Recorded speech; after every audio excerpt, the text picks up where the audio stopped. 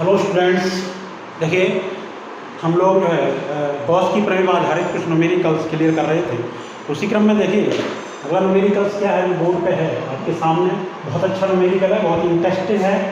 और देखिए क्या है कि चित्र में वैद्युत क्षेत्र अवयव Ex equal alpha x power half और E/E z इक्वल 0।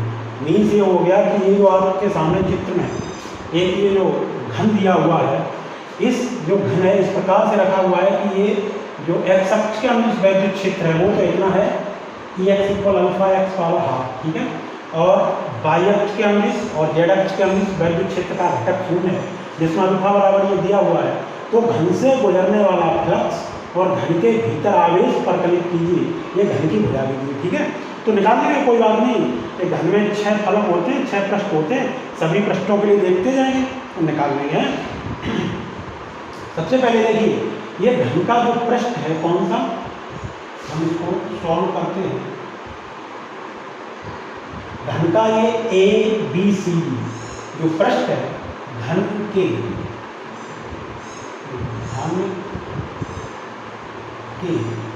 ABCD पृष्ठ के ABCD पृष्ठ के लिए देखिए ये घन का ABCD पृष्ठ है। इसके लिए देखिए जो वैद्युत क्षेत्र की तीव्रता है वो क्या है, देखिए यहाँ से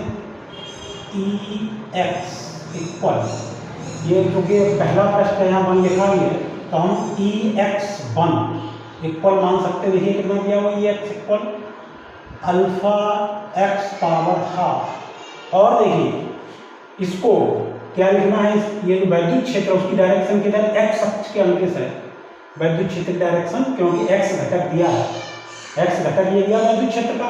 इसका मतलब एक्स अक्ष के अनुसार जब लिखोगे तो क्या लगा लो यहाँ पे आई के, ठीक है। ये वैद्युत क्षेत्र हमारा एक्स अक्ष के अनुसार हो गया, ठीक है।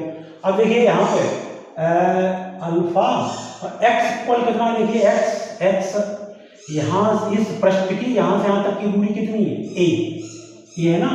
तो क्या करेंगे, x इक्वल a रखने पर ये रखेंगे तो Ex1 इक्वल कितना आ जाए alpha a power half I cap, ठीक है। और इस पृष्ठ के लिए आप देखिए जो पृष्ठ अवयव है, ये जो पृष्ठ है इसका क्षेत्रफल वेक्टर dA वेक्टर, यही वेक्टर हो गया आपका आई कैप लग गया, ठीक है। ये वेक्टर हो गया dA वेक्टर इक्वल कितना, देखिए आपको दिखाई दे रहा है कि जो पृष्ठ अवयव है, सॉरी जो पृष्ठ, ये जो पृष्ठ ABCD है इसका जो क्षेत्रफल है, क्षेत्रफल वेक्टर की डायरेक्शन किधर होगी, इधर को इसमें दिया भी है। तो माइनस क्या है, माइनस a² आई कैप, ठीक है। इसलिए इस पृष्ठ से गुजरने वाला फ्लक्स कितना हो जाएगा, I1 equal Ex1 vector dot dA vector. देखिए यहां से Ex1 का की वैल्यू कितनी है, alpha x alpha a power half I cap dot किसका करना है, माइनस a² आई कैप, ठीक है। तो देखिए ये कितना हो जाएगा, आई का डॉट करेंगे तो एक हो जाएगा, तो हो जाएगा माइनस अल्फा a पावर कितना हो जाएगा 1/2 ये है और 2 ये तो 5/2, ये φ1 का वैल्यू आ गया, ठीक है। φ1 की वैल्यू क्या आ गई, φ1 equal minus alpha a power 5/2, ठीक। अब देखिए अब हम लोग निकालते हैं जो हमारा अगला पृष्ठ है। अगला पृष्ठ देखिए यहाँ से अगला पृष्ठ कौन सा है, अगला पृष्ठ है क्या, पृष्ठ 2 मानिए, पृष्ठ PQRS के लिए। इस पृष्ठ के लिए देखिए Ex2 इक्वल, देखिए Ex2 इक्वल कितना हो जाएगा, ये हो जाएगा अल्फा एक्स पावर हाफ। अब यहाँ Ex जो ये दूसरा वाला पृष्ठ है PQRS पृष्ठ है, इस पृष्ठ के लिए x की वैल्यू कितनी, x अक्ष पे कितनी डिस्टेंस है, देखिए यहाँ से a ये है और a ये है, तो कितनी हो गई 2a। x बराबर क्या रखें, x बराबर 2a रखने पर तो ये कितना आ जाएगा Ex2 इक्वल ये कितना हो गया अल्फा 2a पावर हाफ। ठीक, ये इस प्रश्न के लिए। अब इसको सदिश रूप में लिखेंगे, वेक्टर फॉर्म में लिखेंगे, ex2 वेक्टर इक्वल कितना alpha 2a power half I cap. ठीक, क्योंकि वैद्युत क्षेत्र हमारा वैद्युत क्षेत्र का सिर्फ x घटक ही है, बाद बाकी दोनों घटक 0 है। ये आ गया है। अब इसका देखिए, इसका जो PQRS है, इसका क्षेत्रफल वेक्टर कितना हो जाएगा dA वेक्टर इक्वल दिया हुआ है आपको कितना a स्क्वायर आई कैप। ठीक, इतना हो गया। तो इससे गुजरने वाला फ्लक्स कितना हो जाएगा, इससे गुजरने वाला flux φ2 equal ex2 vector dot dA vector equal देखिए ex2 का मान कितना alpha 2a power half I cap dot a square I cap. ठीक, तो कितना आ जाएगा देखिए यहां से φ2 इक्वल यहां पर ये i डॉट आई की वैल्यू 1 हो जाएगी, तो ये हो गया अल्फा और देखिए 2 इंटू 2 की पावर हाफ a की पावर 5/2। ठीक है, इसको जब बाहर करेंगे तोड़ेंगे तो ये 2 की पावर 1/2 हो जाएगा और यहाँ a की पावर 1/2 ये है और a पावर 2 ये है, तो कितनी होगी पावर 5/2। ये इस पृष्ठ से गुजरने वाला फ्लक्स आ गया। हमने इस पृष्ठ से गुजरने फ्लक्स पता कर लिया। अब इसके जो शेष पृष्ठ रह गए कितने 4, उन 4 पृष्ठों के लिए ई वेक्टर और देखिए ई वेक्टर और डी वेक्टर के बीच एंगल देख लो। जैसे ये वाला पृष्ठ है आपका, ये वाला पृष्ठ, ठीक, इस वाले पृष्ठ के लिए हम लोग देखेंगे तो ई वेक्टर की डायरेक्शन जो इधर और ए वेक्टर की डायरेक्शन किधर होगी, ऐसी होगी। ठीक है, इसका मतलब हो गया इस पृष्ठ से गुजरने वाला फ्लक्स क्या हो जाएगा 0, क्योंकि इन दो ई वेक्टर और ए वेक्टर के बीच 90 डिग्री का एंगल होगा।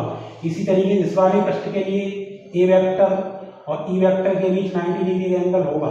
ये सामने वाला जो पृष्ठ है इसके लिए ई वेक्टर इधर को है, ए वेक्टर ऐसा है, इसके लिए 0 हो जाएगा। इसके जो पीछे पृष्ठ होगा उसके लिए भी क्या हो जाएगा 0। तो क्या लिख सकते हैं, शेष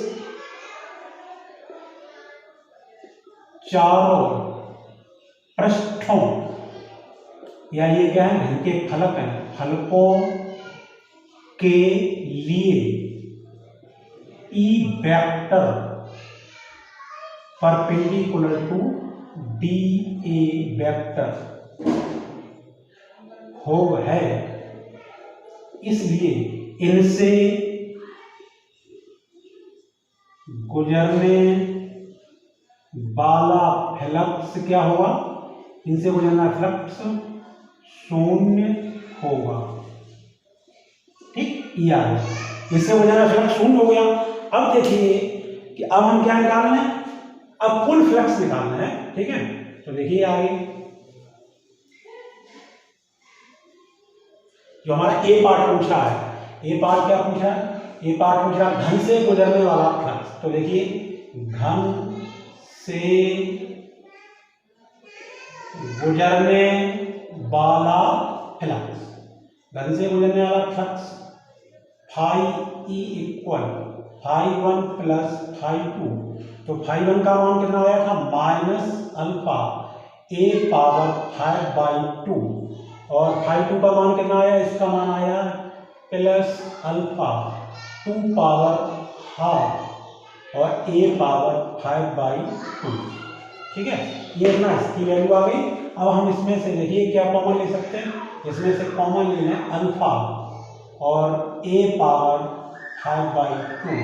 तो अंदर देखिए यहाँ से क्या बचा, यहाँ से बचा 2 पावर, ये प्लस का पहले लिखे दे रहे हैं, 2 की पावर हाफ मीन्स √2 और यहाँ पे क्या बचा -1। ठीक है, ये यहाँ पे बचा। पुट अल्फा इक्वल देखिए कितनी वैल्यू थी, अल्फा इक्वल दिया हुआ है 800 न्यूटन पर कूलम मीटर पावर हाफ, ये इसका यूनिट है। तो φe इक्वल देखिए यहां से कितना हो जाएगा, ये हो जाएगा 800 और ए की वैल्यू दी है, एक पर कितना दिया, एक पर देखो दिया 0.1 मीटर। तो यहाँ पे वैल्यू को काउंट करेंगे तो अल्फा की वैल्यू कितनी 800 और ए की वैल्यू कितनी 0.1 पावर 5/2 और √2 - 1। ठीक है। अब देखिए आप यहाँ से ये कितना हो जाएगा 800, ये 0.1 की पावर 5, इसका मतलब 0.1 को 5 बार लिखेंगे तो उसका वर्गमूल ले लेंगे, ठीक है। तो कितना आ जाएगा, ये देखिए यहाँ से आ जाएगा 0. चलो पूरा लिखे दे रहे 0.1 इंटू 0.1 इंटू 0.1 इंटू 0.1 इंटू 0.1123, इसकी पावर अब कितनी रहेगी, हाफ, और ब्रैकेट में क्या रहेगा √2 - 1, ठीक है। अब देखिए यहाँ से हाफ पावर मीन्स √1 वर्गमूल लेना है, तो वर्गमूल के लिए एक पेयर ये बना, एक पेयर ये बना, तो ये कितना हो जाएगा, ये हो जाएगा 800 इंटू 0.1 इंटू 0.1, और अंदर क्या बचा, अंदर बचा 0.1 पावर हाफ, ठीक है, मीन्स √2 रहेगा ये वाला, इतना √2, और इधर आपका क्या चल रहा है, इधर चल रहा √2 - 1, ठीक है। अब देखिए आगे से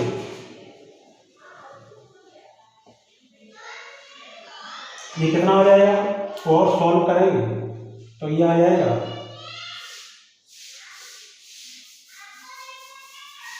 5e इक्वल 800 इंटू 0.01, इनका मल्टीप्लाई किया इंटू 0.1 का स्क्वायर रूट आता है 0.316, और देखिए आप √2 का की वैल्यू कितनी होगी 1.414 माइनस 1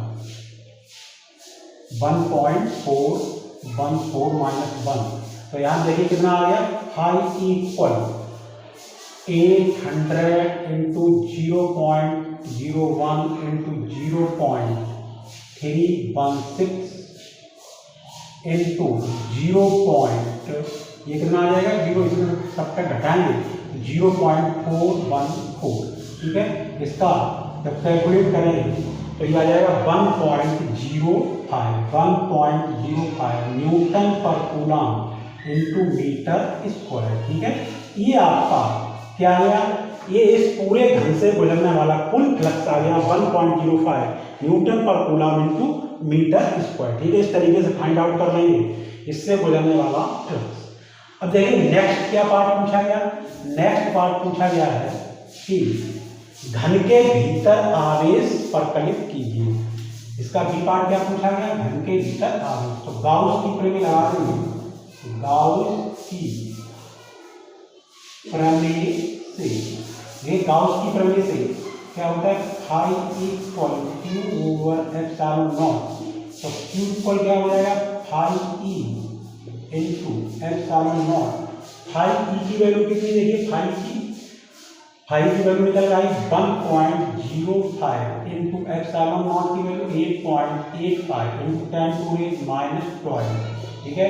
इसको सॉल्व करेंगे तो ये आ जाएगा 9.3 इंटू आपका क्या आ जाएगा 9.3 इंटू 10⁻⁻12, 9.3 इंटू 10⁻⁻12 कूलम, ठीक है। ये आ गया इसके भीतर कुल या नेट आवेश, ठीक है।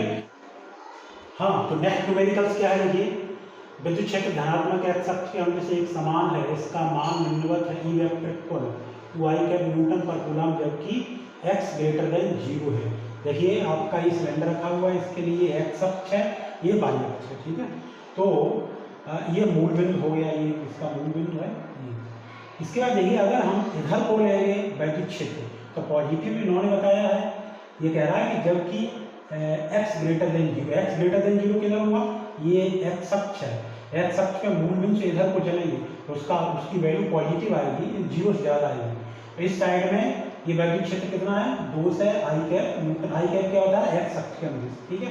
और जबकि x लेस देन 0 का क्या मतलब हो गया कि जो वैल्यू है x अक्ष पे लेस देन 0 का मतलब होगा नेगेटिव वैल्यू, नेगेटिव इधर हो जाएगी इधर को, तो जब यहाँ से इधर को चलेंगे तो वैद्युत क्षेत्र कितना -2i कैप न्यूटन पर कूलम में इधर को, ठीक है।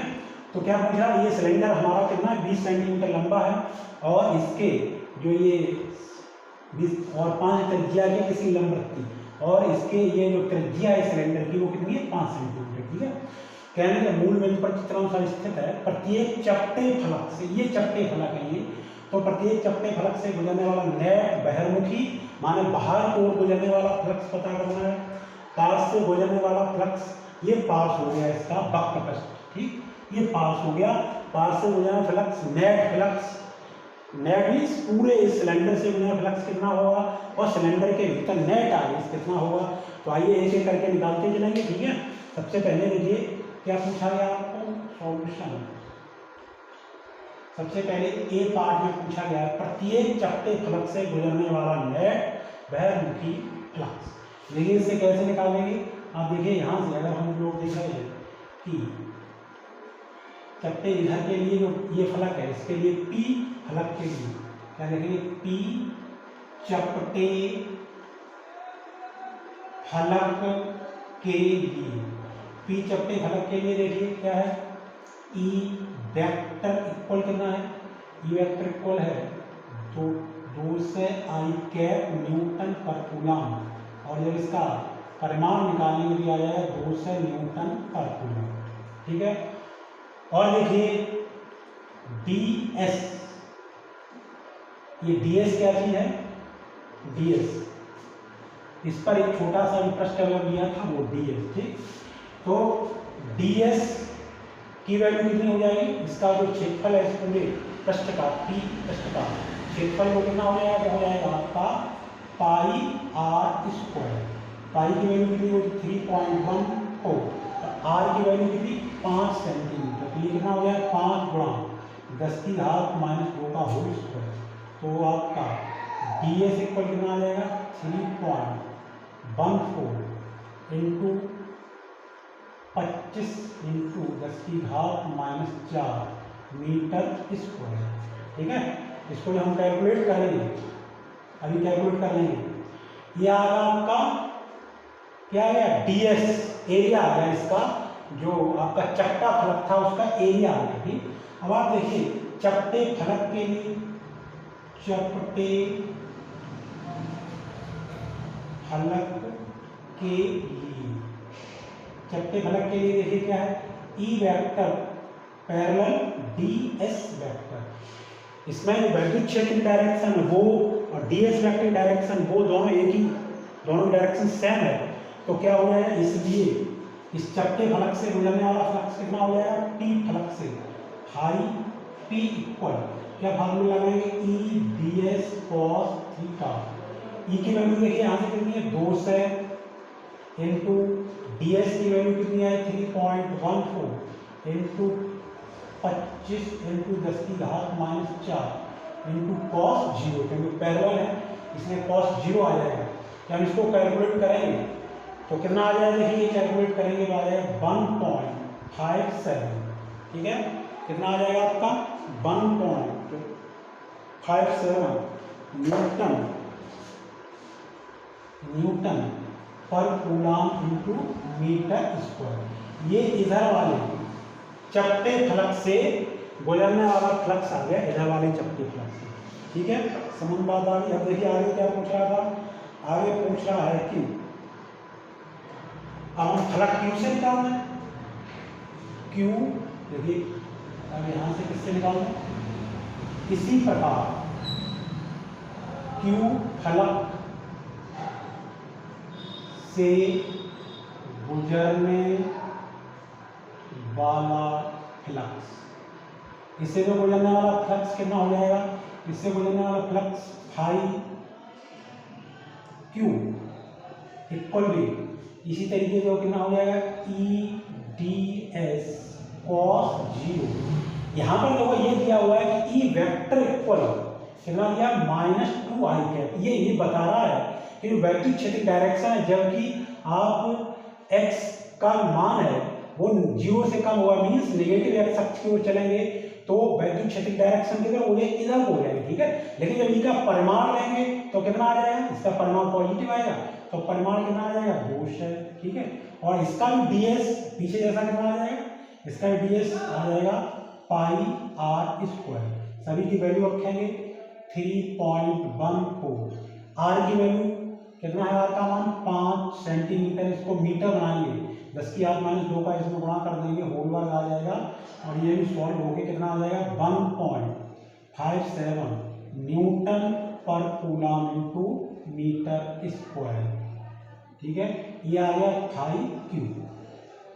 चलिए, और क्या पूछा गया इसमें? प्रत्येक चपटे फलक से गुजरने वाला नेट बहिर्मुखी इस बाहर को गुजरने वाला फ्लक्स इतना हो गया। ठीक है, अब इसका बी पार्ट क्या? पास से गुजरने वाला फ्लक्स है वक्र पृष्ठ से, तो वक्र पृष्ठ से देखिए कितना आ जाएगा इसका बी पार्ट। क्या पूछा गया? बी पार्ट पूछा गया है पार्श। पार्श पार्श मीन्स वक्र पृष्ठ। वक्र पृष्ठ से गुजरने वाला फ्लक्स, वक्र पृष्ठ से गुजरने वाला फ्लक्स देखिए कितना हो जाएगा फाई। चलिए इसको ऐसे लिखो, फाई एस इक्वल, देखिए कितना हो जाएगा वक्र पृष्ठ के लिए? Phi S equal E vector dot D S vector. इसका हमें ये जो वक्र पृष्ठ इसका छोटा सा हो लिया डी एस वेक्टर। ठीक है, तो आप यहाँ फिगर में देख रहे हो यहाँ पर ई वेक्टर और डी एस वेक्टर। इस वक्र पृष्ठ के कहीं पर ई वेक्टर और डी एस वेक्टर लोगे तो उसके लिए डायरेक्शन परपेंडिकुलर होगी, मीन्स इनके बीच 90 डिग्री का एंगल होगा। हम नीचे लेंगे तो देखिए यहाँ पर देखिए ई वेक्टर डायरेक्शन ये है और डी एस वेक्टर डायरेक्शन नीचे को होगी। आप कहीं पर इसके पूरे पृष्ठ के लिए देखोगे ई वेक्टर और डी एक्स वेक्टर की डायरेक्शन कैसी होगी? परपेंडिकुलर होगी, यानी इनके बीच 90 डिग्री का एंगल बनेगा। तो कितना आ जाएगा? फाई एस इक्वल ये आ जाएगा ई डी एस कॉस 90, तो कितना हो जाएगा? 0। ठीक है, तो आपका जो पास से गुजरने वाला नेट फ्लक्स है, कुल फ्लक्स है, वो कितना हो गया? 0। सी पार्ट को क्या कह रहा है? सी पार्ट कह रहा है नेट फ्लक्स। तो नेट फ्लक्स फाई इक्वल जो क्या आ जाएगा? फाई पी, पी समतल सिरे से गुजरने वाला फ्लक्स प्लस क्यू समतल सिरे से गुजरने वाला फ्लक्स प्लस वक्र पृष्ठ से गुजरने वाला फ्लक्स फाई एस। तो ये कितना हुआ था? 1.57 प्लस 1.57 प्लस 0, तो ये कितना आ जाएगा? फाई इक्वल आपका कितना हो गया? 3.14।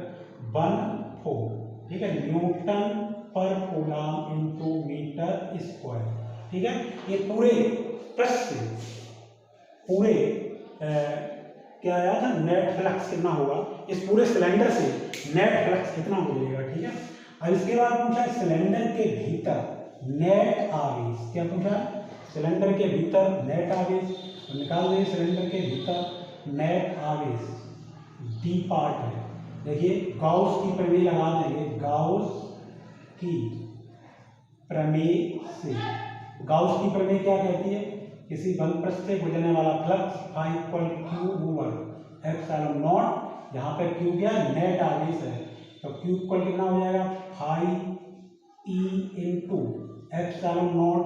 फाई की वैल्यू कितनी आई? 3.14 इंटू 8.85 इंटू 10⁻⁻12। इसको जब हम लोग कैलकुलेट करेंगे तो हमारा ये आंसर आ जाएगा 2.78 इंटू कितना आ जाएगा? 2.78 इंटू 10⁻11 कूलम। कितना आ जाएगा? 2.78 इंटू 10⁻11 कूलम। ठीक है, ये हो। ठीक है, देखिए नेक्स्ट न्यूमेरिकल देखते हैं।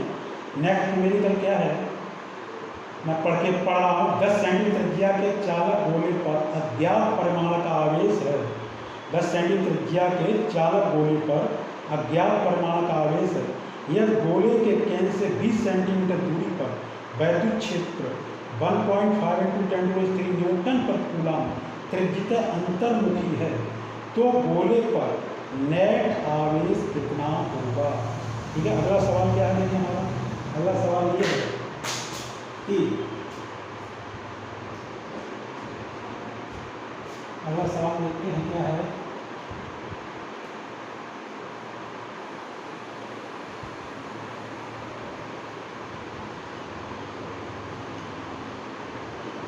दस सेंटीमीटर त्रिज्या के चालक गोले। देखिए अगला क्वेश्चन ये है, एक चालक गोले की त्रिज्या की 10 सेंटीमीटर और हम लोग लिख सकते हैं 0.1 मीटर, या इसको लिखते हैं 10⁻⁻1 मीटर। ठीक है, ये हो गया 10 सेंटीमीटर त्रिज्या का आयत क्या है, चालक गोला है। अज्ञात परिमाण का आवेश है, यह गोले के केंद्र से 20 सेंटीमीटर की दूरी पर। तो देखिए आर कितना है, 20 सेंटीमीटर, ठीक है, कितना है 20 सेंटीमीटर दूर। तो ये कितना हो जाएगा, ये हो जाएगा 2 × 10⁻⁻1 मीटर, ठीक है। ये इतना हो गया आपका 2 × 10⁻⁻1 मीटर की दूरी पर जो वैद्युत क्षेत्र है वो कितना 1.5 × 10⁻³ न्यूटन पर कूलम। कितना वैद्युत क्षेत्र उत्पन्न होता है, 1.5 × 10⁻³ न्यूटन पर कूलम। कितना वैद्युत क्षेत्र उत्पन्न होता है, तो आवेश की गणना करनी है। ये जो वैद्युत क्षेत्र उत्पन्न होता है वो त्रिज्यतः अंतर्मुखी अंदर को उत्पन्न होता है, तो गोले पर नेट आवेश कितना होगा, ठीक है। समझ गए, हमारे पास एक गोला है, लेकिन थोड़ा सा फिगर भी यहाँ पे इंडिकेट किए ले रहे हैं। ये गोला है, इसकी त्रिज्या कितनी है, इसकी त्रिज्या है 10 सेंटीमीटर। इसके केंद्र से कितनी दूरी पर, 20 सेंटीमीटर की दूरी पर कोई पॉइंट है जिस पर हमको वैद्युत क्षेत्र दिया हुआ है, कितना है 1 पॉइंट, जो हमारा वैद्युत क्षेत्र है वो कितना 1.5 × 10⁻³ न्यूटन पर कूलम। यहाँ पर ई कितना उत्पन्न हो रहा है, 1.5 × 10⁻³ न्यूटन पर कूलम। अंदर को उत्पन्न होगा, अंदर को, ठीक है। तो वैद्युत क्षेत्र डायरेक्शन है वो इधर को है, इसके पृष्ठ को अंदर की ओर केंद्र की ओर है। तो हमको क्या पता करना है, हमको आवेश पता करना है।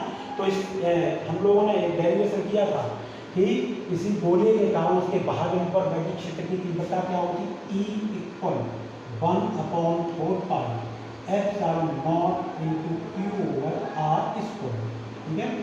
अब देखिए यहाँ पे E की वैल्यू कितनी है, 1.5 × 10⁻³ × 1/4π की वैल्यू कितनी है, इसकी वैल्यू होती 9 × 10⁻9 × Q की वैल्यू निकालनी है हमको, और R की वैल्यू कितनी है 2 × 10⁻⁻1 का होल स्क्वायर, ठीक है। ये इतना हो गया।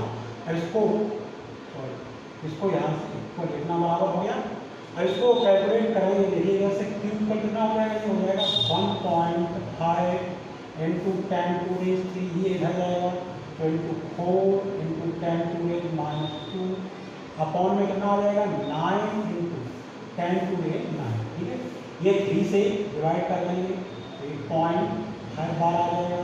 तो आप देखिए क्यूब पर कितना हो जाएगा, यहाँ से ये 4 और 5 का मल्टीप्लाई करेंगे तो 2.023 इतना हो जाएगा। और देखिए ऊपर पावर कितनी बची, ऊपर पावर बचेगी × 10⁻1, ठीक है। और ये 9 है आपकी पावर ऊपर जाएगी तो क्या हो जाएगी -9, ठीक। अब हम इसको सॉल्व करेंगे तो कितना आ जाएगा 0.2 में डिवाइड करें 3 से तो 0.666 ऐसे आता रहेगा 667 × 10⁻⁸। यहाँ पे देखिए कितना बचा है -8, और अगर इसको करेंगे तो 6.67 × 10⁻⁹ कूलम, ठीक है। अब देखिए ये जो आवेश होगा वो कैसा होगा, आवेश निगेटिव आवेश होगा, क्योंकि डायरेक्शन है वो कैसी है, अंतर्मुखी अंदर की ओर है, इसलिए यहाँ से Q बराबर कितना है -6.67 × 10⁻⁹ कूलम, या हम इसको लिख सकते हैं Q = -6.67 नैनो, क्या लिख सकते हैं नैनो कूलम, ठीक है। ये आपका आ गया है। इसके बाद अगला देखते हैं। अगला भी एक क्वेश्चन इसी तरीके से है कि 2.4 मीटर व्यास के किसी एक समान आवेशित चालक गोले का पृष्ठीय आवेश घनत्व 80 माइक्रो कूलम पर मीटर स्क्वायर है। गोले पर आवेश ज्ञात कीजिए। गोले के पृष्ठ से निर्गत कुल वैद्युत फ्लक्स क्या है। ठीक, अगला क्वेश्चन क्या है, अगला क्वेश्चन है हमारा कि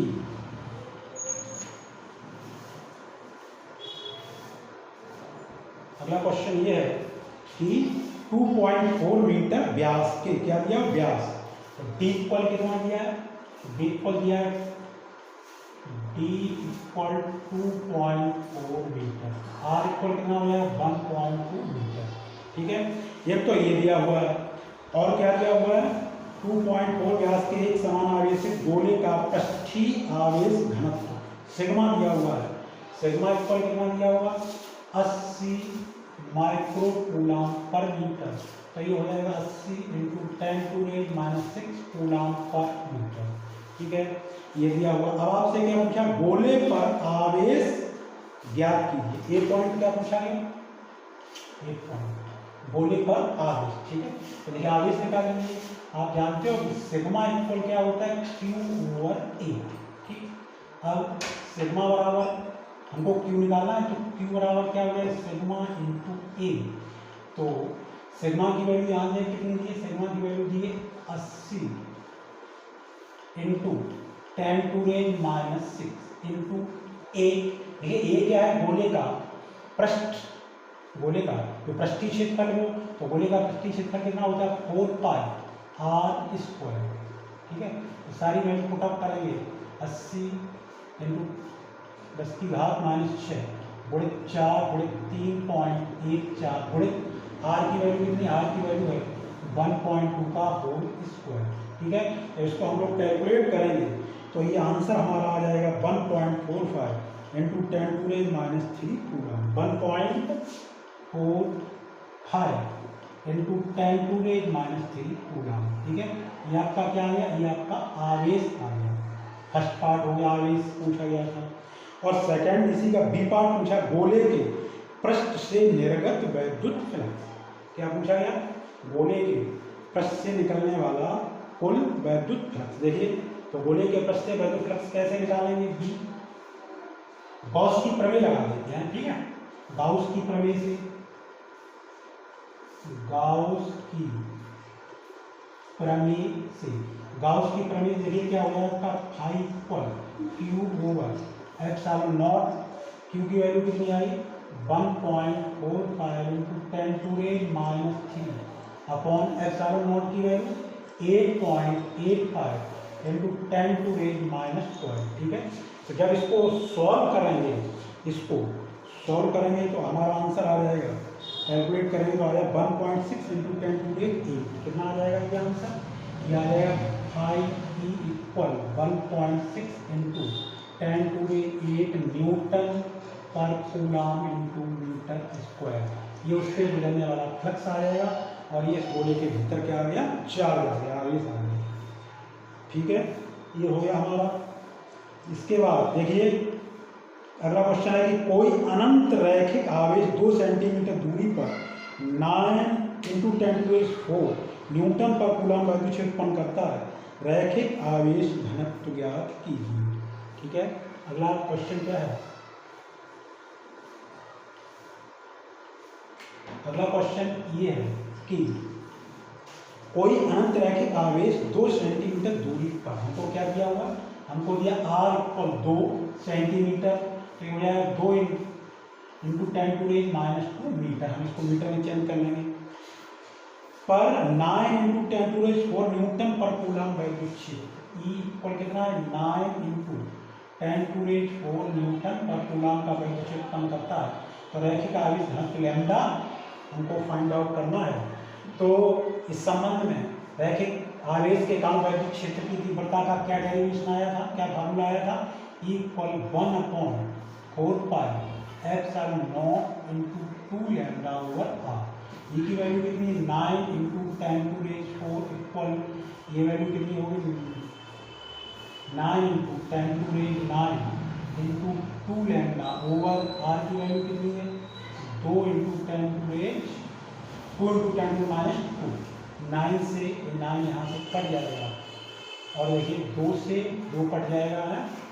ये जो पावर इसको ऊपर ले आए, देखिए क्या हो जाएगा 10⁴ और इधर कितना हो जाएगा 10⁻11 × लैम्डा। ठीक है, जब इसको लैम्डा बराबर इधर लाएंगे तो कितना हो जाएगा 10⁴/10⁻11। तो ये कितना आ जाएगा, ऊपर ले जाओगे माइनस के हो जाएंगे, 11 में से 4 जाएंगे तो 10⁻⁻7। ठीक है, लैम्डा बराबर कितना आ जाएगा, देखिए यहाँ से लैम्डा बराबर 10⁻⁻7 कूलम पर मीटर आ जाएगा। ठीक है, इसमें कूलम पर मीटर, यह आपका रैखिक आवेश घनत्व आ गया। ठीक।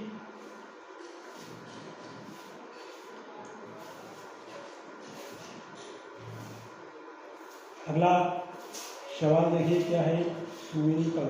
अगला है दो बड़ी पतली धातु की प्लेटें एक दूसरे के समांतर निकट हैं, इनके भीतरी फलकों पर प्लेटों के पृष्ठीय आवेश घनत्वों के चिन्ह विपरीत हैं तथा इनका परिमाण 17×10⁻⁻22 कूलम प्रति मीटर स्क्वायर है। पहली प्लेट के बाहर क्षेत्र में, दूसरी प्लेट के बाहर क्षेत्र में तथा प्लेटों के बीच वैद्युत क्षेत्र का परिमाण ज्ञात करना है, ज्ञात कीजिए। हाँ तो ठीक है, ये देखिए क्या क्वेश्चन है कि धातु की दो पतली प्लेटें हैं, ये देखिए हमने चित्र में बना दिया, धातु की ये दो पतली प्लेटें हैं जो कि एक दूसरे के निकट और समांतर रूप से रखी हुई है। ठीक है, ये धातु की प्लेटें हैं। धातु की प्लेट को जब चार्ज किया जाता है तो वो चार्ज होता है, वो आवेश होता है, उसके दोनों पृष्ठों पर आ जाता है। ये धातु की प्लेट है, तो जब चार्ज करेंगे इधर भी आवेश और इधर भी आवेश आ जाएगा। ठीक है, जब धातु की दोनों प्लेटों को पास पास रखा जाएगा तो प्रेरण के कारण क्या होगा, प्रेरण कारण ये होगा कि एक जो प्लेट जो आवेश है वो दूसरी प्लेट के भीतरी सिरे पर विपरीत प्रकृति का आवेश उत्पन्न हो जाएगा। तो इसका ये मतलब प्रेरण के कारण जब हम दोनों प्लेटों को पास पास रख देंगे तो प्रेरण के कारण जो पहली प्लेट है उस पर पॉजिटिव चार्ज और दूसरी प्लेट पर उतना ही नेगेटिव चार्ज आ जाएगा। अगर दोनों प्लेटों का एरिया बराबर है तो उन पर पृष्ठ आवेश घनत्व उनका बराबर हो जाएगा। तो वही यहाँ पर है कि धातु की प्लेट ऐसी रखी थी, इसको जैसे चार्ज किया होगा तो दोनों तरफ आवेश होगा, लेकिन जैसे ये वाली प्लेट इसके पास रखी इसका आवेश, ये वाली प्लेट है इसका भीतरी सतह विपरीत प्रकृति के आवेश से आवेशित हो गई। मैं ये कहना चाह रहा हूँ कि ये दोनों प्लेटें हैं, इनके इस तरीके से प्लेटें रखी हुई तो इनके भीतरी सतहों पर जो आवेश है वो केवल भीतरी सतह पर आवेश है और इसका परिमाण बराबर होगा और प्रकृति विपरीत होगी। और अगर इन प्लेटों का एरिया बराबर है तो इनका पृष्ठ आवेश घनत्व भी बराबर होगा। इसका मतलब अब ये दोनों प्लेट किस तरीके से कार्य करेंगे, ये दोनों प्लेटें हैं वो आपकी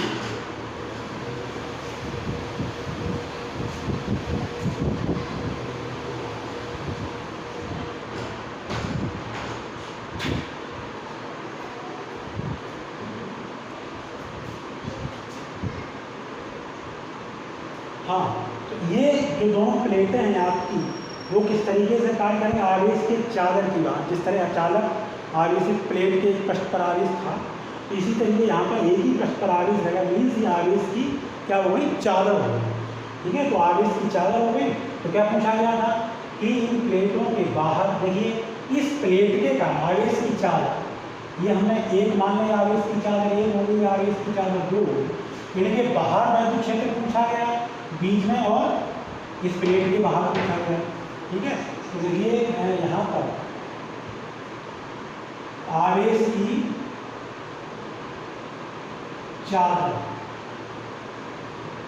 प्लेट के कारण, इसके बाहर पूछा गया दोनों प्लेट, इस प्लेट के बाहर कारण बिंदु ए पर तीव्रता, बिंदु ए पर तीव्रता कितनी हो जाएगी, आवेश के चादर के कारण वैद्युत क्षेत्र की तीव्रता कितनी होती है, सिग्मा ओवर 2ε0 कितनी होती है, सिग्मा ओवर 2ε0। इसकी डायरेक्शन किधर हो जाएगी, जो पॉजिटिव चार्ज से चार्ज है डायरेक्शन इससे दो। ठीक है, प्लेट से दो, ये प्लेट से दो। इसी प्रकार देखिए ये वाली प्लेट है, आवेश की चादर दो है जिस पर आवेश कैसा नेगेटिव है, तो आवेश की देखिए आवेश की चादर यानी ये कौन सी प्लेट दो के कारण तीव्रता देखिए कितनी हो जाएगी, इसके कारण तीव्रता कितनी हो जाएगी, E2 सिग्मा ओवर 2ε0, और इसके कारण जो यहाँ पर तीव्रता उत्पन्न उसकी डायरेक्शन प्लेट की ओर होगी क्योंकि ये नेगेटिव चार्ज से चार्ज है, तो ये क्या हो जाएगी, प्लेट की ओर।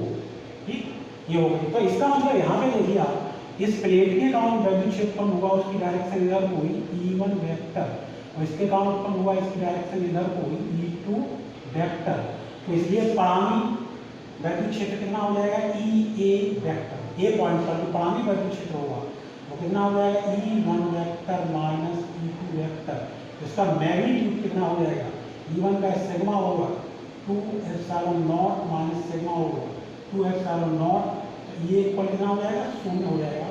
इसी तरीके से अगर हम इस प्लेट के बाहर देखें सी पॉइंट पर, जब आप सी पॉइंट पर देखोगे इस प्लेट के कारण वैद्युत क्षेत्र किधर होगा, एक के कारण इधर को, इससे दूर पॉजिटिव चार्ज से चार्ज है इसलिए, और ये नेगेटिव चार्ज से चार्ज है तो इसके कारण भी इधर को उत्पन्न हो जाएगा। तो जब हम परामी निकालेंगे तो फिर क्या आ जाएगा 0 आ जाएगा। ठीक, अब बात आई बीच में, बीच के पॉइंट पर। ठीक, तो बीच के पॉइंट पर देखते हैं, देखिए इस प्लेट के कारण जो यहाँ पर वैद्युत क्षेत्र उत्पन्न होगा उसकी डायरेक्शन इधर को होगी E1 वेक्टर। ठीक है, और इसके कारण जो यहाँ पर वैद्युत क्षेत्र होगा नेगेटिव चार्ज इसी की ओर होगी, तो ये भी इधर को हो गया E2 वेक्टर। ठीक है, तो अब देखिए बिंदु B पर, बिंदु B पर परामी, बिंदु B पर परामी वैद्युत क्षेत्र, परामी वैद्युत क्षेत्र कितना वैद्युत क्षेत्र हो जाएगा EB वेक्टर, क्योंकि दोनों की डायरेक्शन एक ही है। तो क्या कैसे परामी निकालेंगे, जोड़ के E1 vector plus E2 vector, तो B पॉइंट पर तो तीव्रता पर मैग्नीट्यूड हो जाएगा। देखिए E1 का sigma over 2 epsilon not plus sigma over 2 epsilon not, E equal कितना हो जाएगा सिग्मा ओवर एप्सिलॉन नॉट। ठीक है, क्या हो जाएगा सिग्मा ओवर एप्सिलॉन नॉट। अब सिग्मा की जो पृष्ठ आवेश है ना तो सिग्मा, उसका इसमें मान दिया कितना दिया 17 गुणा 10 की घात माइनस 22, ये जो कितना दिया है ये आपका दिया है 17 गुणा 10 की घात माइनस 22। एप्सिलॉन नॉट की value 8.85 into 10 to the minus 12 होता है। ठीक है, तो अब हम इसको कैलकुलेट करेंगे तो EV बराबर देखिए हमारा कितना आ जाएगा, जब इसको कैलकुलेट करेंगे 1.92 into 10 to the minus 10 newton पर कूलम, ये हमारा वैद्युत क्षेत्र आ जाएगा। ठीक है, ये कहाँ पर वैद्युत क्षेत्र आ जाएगा बीच में। ठीक, तो ये सवाल बहुत अच्छा था कि इसमें जो चालक प्लेटें थी तो ऐसा नहीं, चालक प्लेट के कारण वैद्युत क्षेत्र तीव्रता क्या उत्पन्न होती है सिग्मा ओवर एप्सिलॉन नॉट, लेकिन यहाँ पर दोनों प्लेटें पास पास हैं, इसलिए दोनों प्लेटों के एक ही सतह पर, एक ही पृष्ठ पर, भीतरी पृष्ठ पर आवेश रह जाएगा, यानी वो आवेश की चादर की भांति कार्य करेंगी। यानी कि बाहर के पॉइंट पर वैद्युत क्षेत्र कितना होगा 0 और अंदर के पॉइंट पर वैद्युत क्षेत्र